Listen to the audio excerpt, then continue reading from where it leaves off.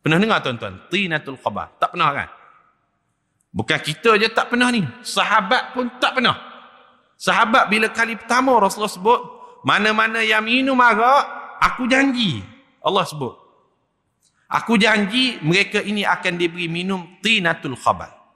Jadi sahabat tanya, Ya Rasulullah, wa ma tinatul khabal? Wahai Rasulullah, apa benda tinatul khabal yang kamu cerita tadi? Pertama, kita hormati dan kita muliakan Tuan Nazir bersama dengan ahli jawatan kuasa Masjid Bandar Tun Hussein On, Tuan Imam, Tuan Bilal, para alim ulama, pemimpin-pemimpin masyarakat, para habaib, muslimin, muslimat, hadirin, hadirat, tuan-tuan, puan-puan, dan tak dilupakan kepada para pelayar yang menonton melalui siaran Facebook Live, yang melayari dari barat, kita doakan moga mendapat berkat. Yang menonton dari timur, kita doakan moga terus makmur. Yang melayari dari utara, kita doakan moga terus sejahtera. Yang menonton dari selatan, kita doakan keampunan dan keberkatan insya-Allah. Kita semua termasuk dalam kalangan hamba-hamba Allah yang dimuliakan di sisinya pada malam ini. Amin ya rabbal alamin. InsyaAllah pada malam ini seperti biasa rutin kita pada setiap Isnin yang kedua dalam kuliah Maghrib, kita membicarakan satu kitab, mudah-mudahan bermanfaat kepada saya dan kita semua. Nama kitabnya Rihlatun ila Daril Akhirah, Perjalanan menuju Hari Akhirat, yang ditulis oleh Syekh Abu Ammar Mahmud Al-Misri. Pada pertemuan kita pada bulan yang lepas, kita bicarakan tentang satu topik darakatun nar, iaitu tingkatan-tingkatan neraka. Itu kita dah bincangkan. Kita sebut neraka ni ada berapa jumlahnya? Ada 7. Ada Hawiyah, Hutamah, Saqar, bagai-bagai hinggalah neraka Jahannam. Kita bicarakan juga pada pertemuan yang lepas suhu kepanasan api neraka. Kita sebut sebagaimana berdasarkan hadis Nabi sallallahu alaihi wasallam, naru bani Adam allati tuqadu juz'un min 70 juz'an nari jahannam. Kepanasan api neraka itu 70 kali ganda daripada kepanasan api di dunia yang paling panas. Kita dah sebut dah. Kita bincangkan juga kedalaman neraka Jahannam berdasarkan hadis riwayat Imam Muslim. Kita sebut juga tentang kedalaman neraka Jahannam, kita dah sebutkan. Dan pada malam ni insya-Allah kita ambil satu topik daripada kitab kita ini, iaitu kita nak bicarakan tentang ta'amun wa syarabun ahlun nar. Ta'amun iaitu makanan-makanan, wa syarabun dan jenis-jenis minuman bagi penduduk neraka. Tentang makanan dan minuman ahli neraka ini banyak diperincikan di dalam Al-Quran, bahkan diceritakan sendiri pun oleh hadis Nabi sallallahu alaihi wasallam yang sahih.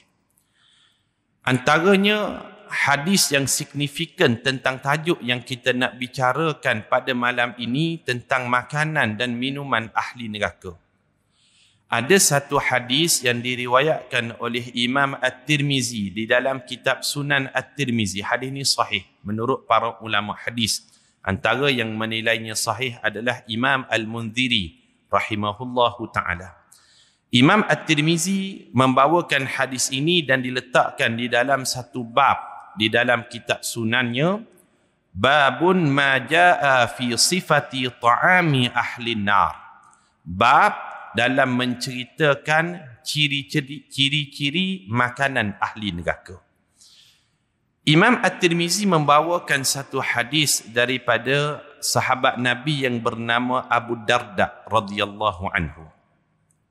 Rasulullah sallallahu alaihi wasallam bersabda, yulqa ala ahli naril ju'. dilontarkan kepada ahli neraka tu satu jenis azab. Azab itu namanya kelaparan. Tuan-tuan, azab dalam neraka ni macam-macam. Ada azabnya jenis sakit, ada azabnya jenis pedih. Dan dalam banyak-banyak azab yang ditimpakan kepada ahli neraka, azab tu namanya lapar. Lapar ni tak semua orang boleh tahan, betul tak?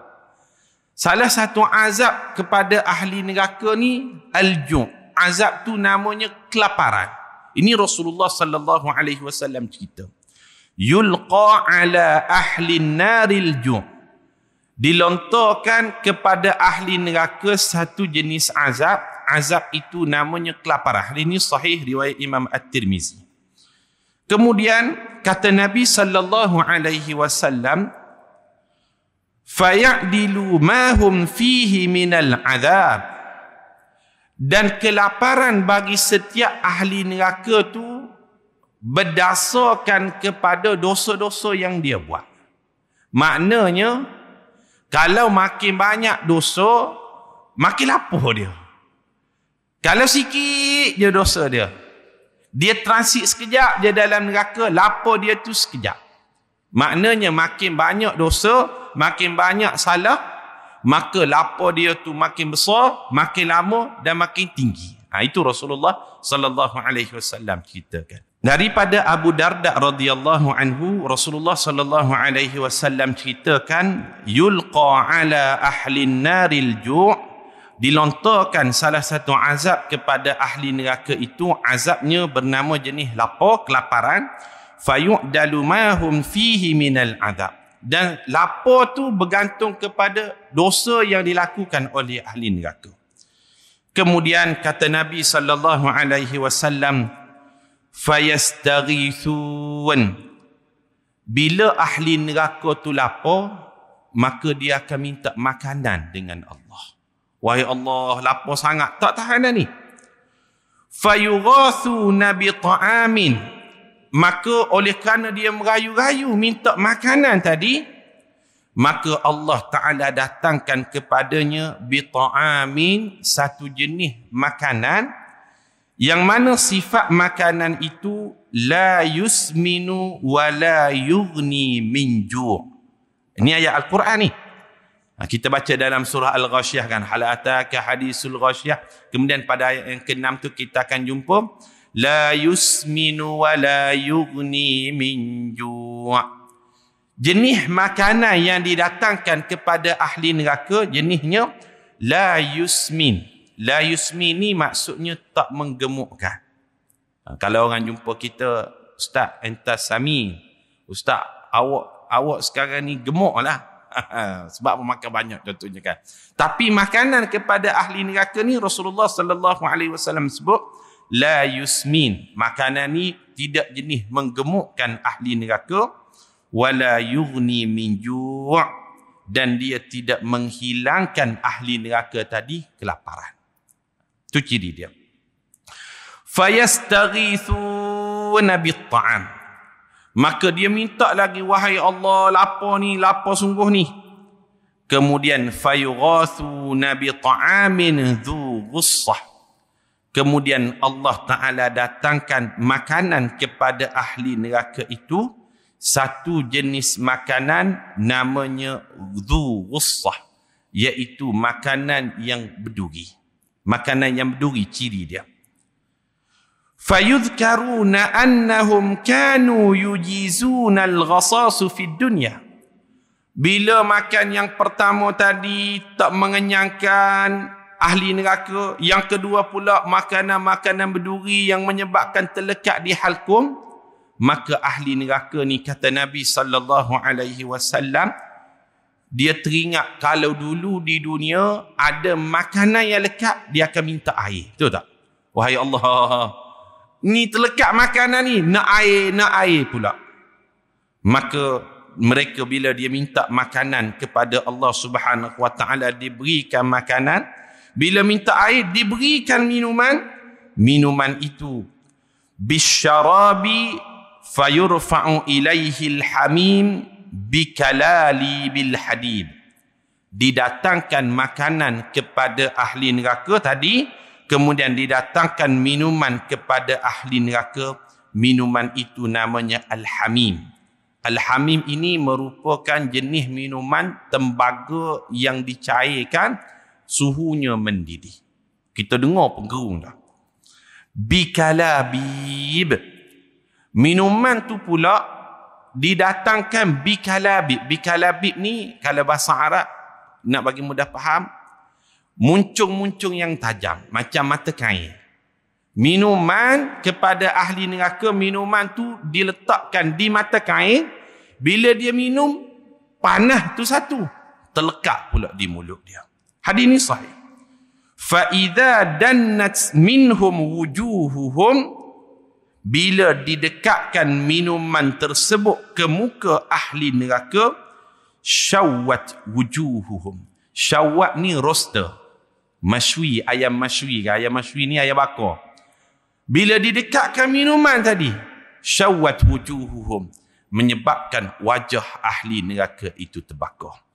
Hadis yang kita bacakan ini, tuan-tuan, hadisnya diriwayatkan oleh Imam At-Tirmizi dan dinilai sahih oleh para ulama. Berdasarkan hadis inilah, maka para ulama memperincikan makanan jenis apakah yang didatangkan oleh Allah Subhanahu wa taala. Yang pertama, makanan itu namanya dhari'. Yang kita bincangkan tadi, ciri-cirinya yang berduri, ciri-cirinya yang kata Nabi sallallahu alaihi wasallam tidak menggemukkan dan mengenyangkan ahli neraka. Maka hadis ini ditafsirkan di dalam Al-Quran, makanan tersebut namanya dhari'. Dhari' namanya. Dalam Al-Quran disebutkan secara khusus ada 3 jenis makanan yang didatangkan kepada ahli neraka. Nanti kita huraikan satu-satu. Ciri yang pertama tadi, makanan itu namanya dhari'. Kalau kita nak eja dia, dhad, ra, ya, ain. Ini disebutkan di dalam Al-Quranul Karim. Tuan-tuan boleh rujuk di dalam surah Al-Ghashiyah pada ayat yang ke-6.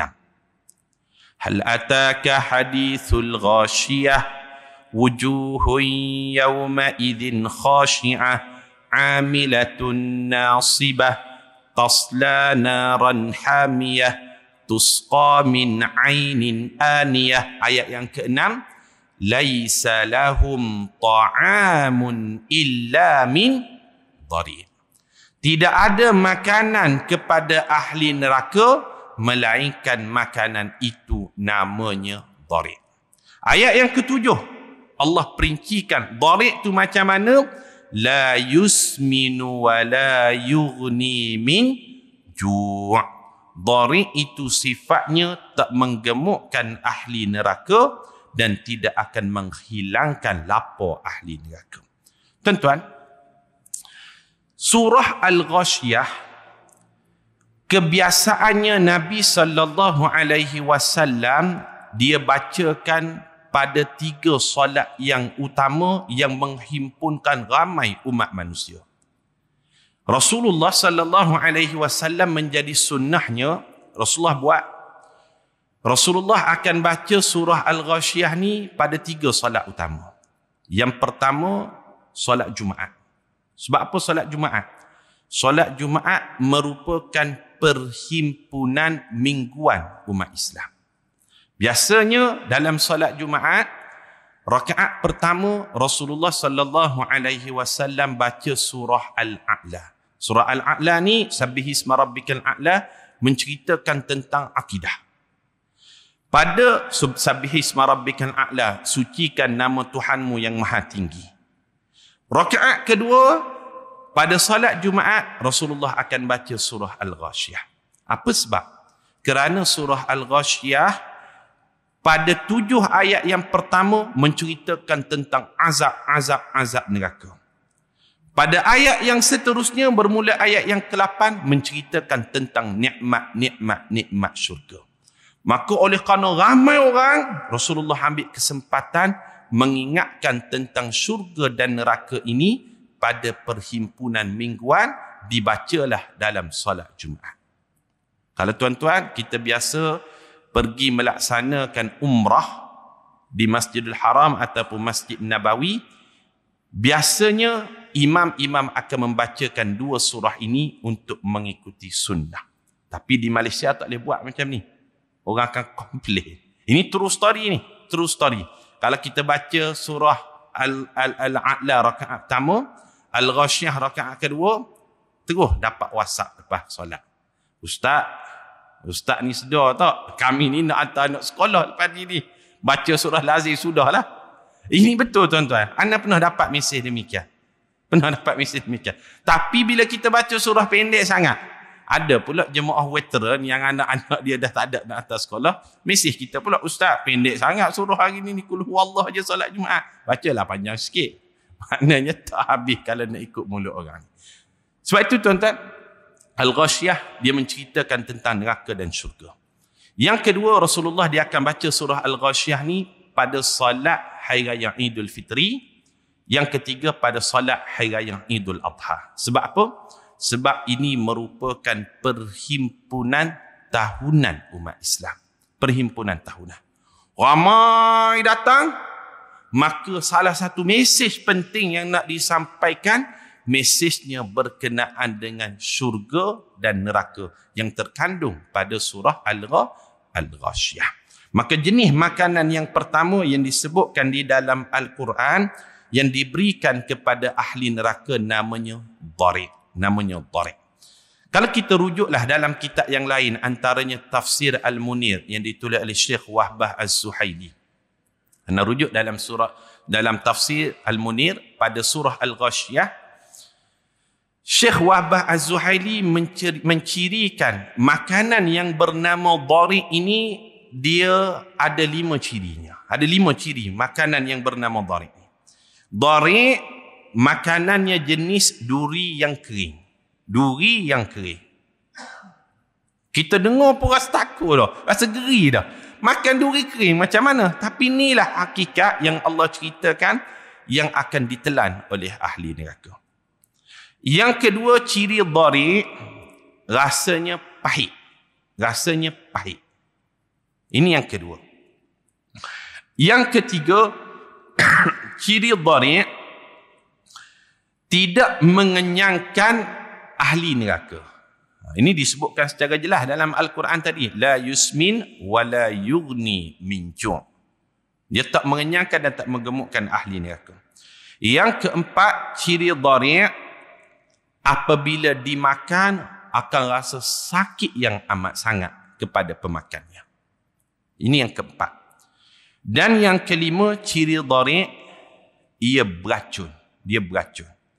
Maka dharik ini ada 5 cirinya. Yang pertama, duri yang kering, pahit, beracun, sakit bila dimakan dan tak mengenyangkan ahli neraka. Ini makanan yang pertama, tuan-tuan. Nanti kita huraikan. Makanan ahli neraka ni disebut secara jelas dalam Al-Quran ada 3. Nanti kita akan huraikan bila masa yang akan dimakan oleh ahli neraka ni. Lunch dia makan apa, breakfast dia makan apa, dinner dia makan apa. Ini para ulama buat pembincangan. Nanti kita akan huraikan di akhir nanti. Kemudian, makanan yang kedua ahli neraka yang disebutkan secara jelas di dalam Al-Quran, makanan itu namanya buah daripada pokok zakum. Buah daripada pokok zakum. Zakum ni pokok. Tuan-tuan, kalau kita pergi ke Sharjah UAE, di UAE ni belah Dubai, United Arab Emirates, pihak kerajaan UAE dia wujudkan di Sharjah, dia namakan Islamic Botanical Garden.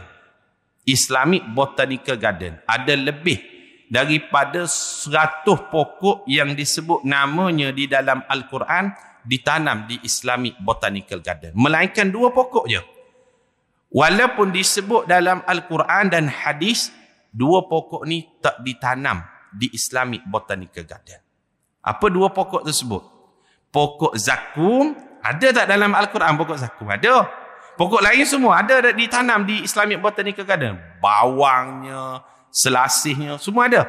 Tapi dua pokok ni walaupun disebut di dalam Al-Quran, tidak ditanam di Islamic Botanical Garden. Yang pertama pokok zakum, yang kedua pokok gharqad. Pernah dengar tak pokok gharqad? Iaitu pokok orang Yahudi yang dijadikan tempat berlindung apabila tibanya akhir zaman nanti. Dia berlindung di belakang bangunan, bangunan akan bercakap. Berlindung belakang batu, batu akan bercakap. Tapi bila dia berlindung di belakang pokok gharqad tak bercakap. Sebab apa? Itu merupakan pokok orang Yahudi. Pokok-pokok lain ada ditanam di Islamic Botanical Garden. Maka makanan yang kedua ahli neraka itu, dia akan memakan buah yang dihasilkan daripada pokok zakum. Ini disebutkan di dalam banyak ayat Al-Quran ni. Antaranya, ana bagi homework sikitlah pada tuan-tuan. Nanti bulan depan kena hantar homework ni. Boleh ke? Tak best juga kuliah tak ada homework kan? Yang menceritakan makanan ahli neraka ini buah daripada pokok zakum. Tuan-tuan boleh rujuk di dalam surah Ad-Dukhan. Pada ayat yang ke-43, 44, 45. Bunyi ayatnya, Inna syajarataz zakum. Sesungguhnya pokok zakum ini ta'amul athim, merupakan makanan kepada ahli neraka. Kal muhli yaghli fil butun. Cirinya macam mana? Allah sebut. Ciri buah daripada pokok zakum, kal muhli yaghli fil butun. Bila penghuni neraka itu makan buah daripada pokok zakum, telan je, yaghli fil butun, menyebabkan perutnya itu akan meletup, mendidih. Kaghalyil hamim, sebagaimana mendidihnya tembaga yang dipanaskan Allah. Ini disebut di dalam surah Ad-Dukhan pada ayat yang ke-43 hingga ayat yang ke-45. Kemudian disebut juga pada ayat yang lain. Dia menceritakan tentang pokok zakum ini. Tuan-tuan boleh rujuk dalam surah Al-Waqi'ah. Bermula pada ayat yang ke-51 hingga ayat yang ke-57. Ini homework saya bagi. Thumma innakum ayyuhad-dallunal mukadzibun la'akiluna min syajarin min zakum famali'una minhal butun fasharibuna alaihi minal hamim fasharibuna syurbal him hadha nuzuluhum yawmaddin nahnu khalaqnakum falawla tusaddiqun. Maksudnya, Thumma innakum ayyuhad-dallunal mukadzibun. Kemudian kata Allah, sesungguhnya kamu wahai orang-orang yang mendustakan agama Allah, kamu yang mendustakan agama Allah, apa makanan yang kamu akan makan dalam neraka kelak? La'akiluna min syajarin min zakum. Pasti kamu akan memakan, makanannya adalah buah daripada pokok zakum. Buah daripada pokok zakum. Dan diceritakan lagi asal pokok zakum ni dia boleh hidup di mana aja? Boleh hidup di dunia? Tak boleh. Pokok zakum dia hanya boleh tumbuh dalam neraka. Ini Allah sebut di dalam Al-Quran secara jelas. Antaranya kita boleh rujuk dalam surah As-Saffat bermula pada ayat yang ke-62 hingga 66. Allah Ta'ala berfirman, Adzalika khairun nuzulan am syajarataz zakum inna ja'alna fitnatan lidh-dhalimin innaha syajaratun takhruju fi aslil jahim طلعها كأنه رؤوس الشياطين فإنهم لآكلون منها فمالئون منها البطون. Maksudnya, Inna ja'alnaha fitnatan lidh-dhalimin. Sesungguhnya buah daripada pokok zakum yang kami hasilkan ini, kata Allah, fitnatan lidh-dhalimin, disediakan sebagai cubaan kepada orang-orang yang zalim. Innaha syajaratun takhruju fi aslil jahim. Sesungguhnya pokok zakum ini hanya boleh tumbuh di dalam neraka jahim, kata Allah. Ini Allah Ta'ala sebut. Innaha syajaratun, sesungguhnya pokok zakum hanya boleh tumbuh fi aslil jahim. Hanyalah di dalam neraka jahim. Neraka jahim ni kita sebut dah pada pertemuan yang lepas. Salah satu nama neraka. Nama neraka ni banyak. Ada neraka Hawiyah, Hutamah, Laza, Saqar, kemudian Sa'ir, neraka Jahannam. Salah satunya neraka itu namanya Jahim. Maka neraka Jahim itulah tempat tumbuhnya pokok zakum ini. Ini kita boleh rujuk dalam surah As-Saffat. Kemudian Allah cerita lagi. Dia tumbuh tu dalam keadaan macam mana pokok zakum? Tal'uha ka'annahu ru'usus syayatin. Tumbuhnya pokok zakum ini macam tanduk syaitan. Macam tanduk syaitan, kata Allah. Tal'uha ka'annahu ru'usus syayatin. Dia tumbuh seperti tumbuhnya tanduk syaitan. Dan fa'innahum la'akiluna minha famali'una minhal butun. Dan pasti pokok zakum ini buahnya akan dimakan oleh penduduk neraka yang menyebabkan perutnya itu akan meletup. Ini disebutkan di dalam surah As-Saffat bermula pada ayat yang ke-62. Tuan-tuan, ada satu hadis yang diriwayatkan oleh Imam At-Tirmizi, Imam Ibn Majah dan imam-imam hadis yang lain. Rasulullah sallallahu alaihi wasallam pernah sebut tentang zakum ni. Kata Nabi sallallahu alaihi wasallam, hadis ini sahih. "Lau anna qatratan min zakum qatarat fi dari dunya la afsadat ala ahli dunya ma'ayishuhum fa kaifa biman takuna ta'amuh." Kata Nabi sallallahu alaihi wasallam, "Lau anna qatratan min zakum qatarat," kalaulah secebis daripada bahagian buah zakum tu jatuh di dunia ni, ini hadis sahih, la afsadat ala ahli dunya ma'ayishuhum, nescaya penduduk di dunia ni tak boleh hidup lagi. Boleh jadi kerana busuknya, boleh jadi kerana dia ni sangat memusnahkan, Allahu a'lam. Tapi kalaulah bahagiannya tu jatuh di dunia, tak ada lagi orang sanggup hidup di atas dunia ni, maka Rasulullah tanya, fa kaifa biman takuna ta'amuhu, bagaimana pula kalaulah ahli neraka akan memakannya. Maka tidak digambarkan bagaimana dahsyatnya yang dinamakan dengan buah zakum itu tadi. Ini yang kedua. Kemudian yang ketiga, yang pertama tadi nama makanan ahli neraka dhari'. Ini disebut antaranya dalam surah Al-Ghashiyah. Tuan-tuan boleh rujuk pada ayat yang ke-6. Yang kedua, buah daripada pokok zakum banyak disebutkan, diceritakan di dalam Al-Quran. Ayatnya anda dah sebutkan tadi. Yang ketiga, makanan ahli neraka yang disebutkan di dalam Al-Quran, yang ketiganya namanya Ghislin. Ghislin. Pernah dengar tak tuan-tuan? Ghislin. Ini kita boleh rujuk di dalam Al-Quran, antaranya pada surah Al-Haqqah pada ayat yang ke-35 dan 36. Makanan ahli neraka yang ketiga namanya Ghislin. Allah Subhanahu wa ta'ala berfirman, فَلَيْسَ لَهُ الْيَوْمَ هَاهُنَا حَمِيمٌ وَلَا طَعَامٌ إِلَّا مِنْ غِسْلِينَ. Maksudnya, فَلَيْسَ لَهُ الْيَوْمَ هَاهُنَا حَمِيمٌ, dan tidak adalah makanan kepada ahli neraka pada hari itu melainkan makanan yang sangat menghinakan ahli neraka. Apa dia makanan yang sangat menghinakan tersebut?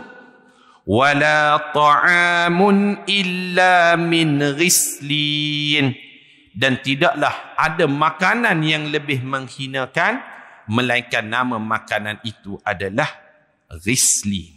Ghislin. Rislin ni apa benda Ustaz? Rislin merupakan campuran daripada nanah dan darah ahli neraka. Subhanallah. Campuran nanah dan darah ahli neraka. Kata Ibnu Abbas radhiyallahu anhuma, Rislin itu innahu sadidun ahli nar. Rislin itu merupakan darah ataupun nanah yang keras yang diberikan kepada ahli neraka. Subhanallah, gambarannya tak tercapai oleh akal kita. Para ulama bincang tuan-tuan. Adakah setiap ahli neraka ni mereka hanya diberikan makanan-makanan tertentu je, makanan lain dia tak dapat? Faham tak? Ahli neraka contohnya, ahli neraka ni hanya dapat makan dorek je. Yang ni pula makannya rislin je. Yang ni pula makannya buah zakum je. Para ulama berbeza pendapat. Ada yang mengatakan ahli neraka pada hari tersebut dikhususkan hanya satu makanan, dan ada para ulama mengatakan setiap ahli neraka itu dia akan mendapat jenis makanan yang berbeza-beza. Faham tak?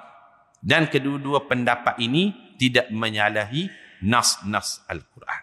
Tidak menyalahi nas-nas Al-Quran. Maknanya kalau pendapat yang kedua tadi, ahli neraka akan mendapat makanan yang berbeza-beza. Contohnya, breakfast dia apa dia? Rislin contohnya. Awak breakfast apa? Breakfast rislin. Lunch apa? Lunch zakum. Dinner apa? Dinner dengan dorek contohnya. Maknanya setiap waktu tu ahli neraka diberikan makanan yang berbeza-beza. Ini kita bicarakan dalam bab makanan ahli neraka. Selesai. Jelas tuan-tuan. Ini tiga yang disebutkan di dalam Al-Quran. Di dalam hadis yang kita baca tadi pada awalnya, Rasulullah sallallahu alaihi wasallam ceritakan PIC ni person in charge, yang memberi makan kepada ahli neraka sebagaimana ditanya oleh sahabat kita tadi. Awal dia tanya, kalau baca hadis itu panjang, yang menjadi PIC untuk diberikan makanan kepada ahli neraka, ketua malaikat itu namanya Malaikat Malik. Malaikat Malik. Ada geng-geng dia lah. Geng-geng Malaikat Malik ni, inilah yang akan menyediakan makanan ta'amun li ahli nar, makanan kepada ahli neraka. Selesai yang tu. Jelas tuan-tuan? InsyaAllah. Kita pergi kepada tajuk yang kedua pada malam ni, iaitu syarabun ahlun nar. Minuman ahli neraka. Minuman ahli neraka. Di dalam Al-Quran, Allah Subhanahu wa taala menceritakan tentang minuman yang akan diberikan kepada ahli neraka ini, disebutkan ada tiga. Antaranya dinyatakan di dalam surah Al-Kahfi pada ayat yang ke-29, disebut di dalam surah Ibrahim pada ayat yang ke-16, disebut di dalam surah Muhammad ayat yang ke-15, disebut dalam surah Sad ayat yang ke-57. Secara ringkas ana baca ayat tersebut. Dalam surah Al-Kahfi ayat yang ke-29, ini selalu kita baca ni ayat ni. Allah Ta'ala berfirman, A'udzu billahi minasyaitonir rajim. Inna a'tadna lidh-dhalimina naran ahata bihim suradikuha. وَإِنْ يَسْتَغِيثُوا يُغَاثُوا بِمَاءٍ كَالْمُحْلِ يَشْوِي الْوُجُوهِ بِئْسَ الشَّرَابُ وَسَاءَتْ مُرْتَفَقًا. Dalam surah Ibrahim ayat yang ke-16, Allah Ta'ala berfirman, مِنْ وَرَائِهِ جَهَنَّمُ وَيُسْقَى مِنْ مَاءٍ صَدِيدٍ يتجرعه ولا يكاد يسيغه ويأتيه الموت من كل مكان وما هو بميت ومن ورائه عذاب غليظ. Surah Ibrahim ayat yang ke-16. Ini tuan-tuan boleh rujuk nanti. Semuanya menceritakan tentang ayat-ayat minuman kepada ahli neraka. Disebutkan juga dalam surah Muhammad pada ayat ke-15, وَسُقُوا مَاءً حَمِيمًا فَقَطَّعَ أَمْعَاءَهُمْ Dan disebut juga dalam surah Sad pada ayat yang ke-57, hadza falyadhuquhu hamimun wa ghassaq wa akharu min shaklihi azwaj. Surah Sad ayat 57.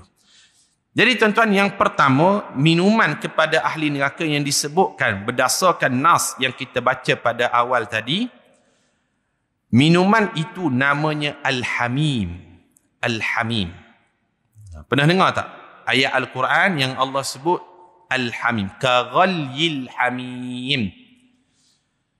Al-Hamim, kata Ibnu Abbas radhiyallahu anhuma, Al-Hamim itu merupakan tembaga yang dicairkan sehingga suhunya mendidih. Kalau air dicairkan, tu dah panas dah. Ni pula tembaga ataupun besi yang dicairkan sehingga suhunya mendidih. Itulah yang disebut sebagai Al-Hamim. Itulah jenis yang pertama, minuman kepada ahli neraka. Kemudian, yang kedua, minuman kepada ahli neraka sebagaimana disebutkan antaranya pada ayat yang kita telah bacakan pada tadi, antaranya dalam surah Sad pada ayat yang ke-57, hadza falyadhuquhu hamimun wa ghassaq. Yang kedua, minumannya namanya ghassaq. Ghassaq. Ghassaq ni dia macam mana Ustaz? Sin ada sabdu, alif, qaf, ghassaq. Ini tuan-tuan boleh rujuk pada surah Sad ayat yang ke-57. Surah Sad ayat yang ke-57. Ghassaq ni apa dia? Kata Ibnu Abbas radhiyallahu anhuma, ma yasilu min baini jildil kafir wa lahmihi wa anhu qala al-ghassaq. Sahabat Nabi bernama Abdullah bin Abbas. Abdullah bin Abbas ni dia teralah dalam bab tafsir Al-Quran. Dia terjemahkan ghassaq tu apa macam jenis minuman dia.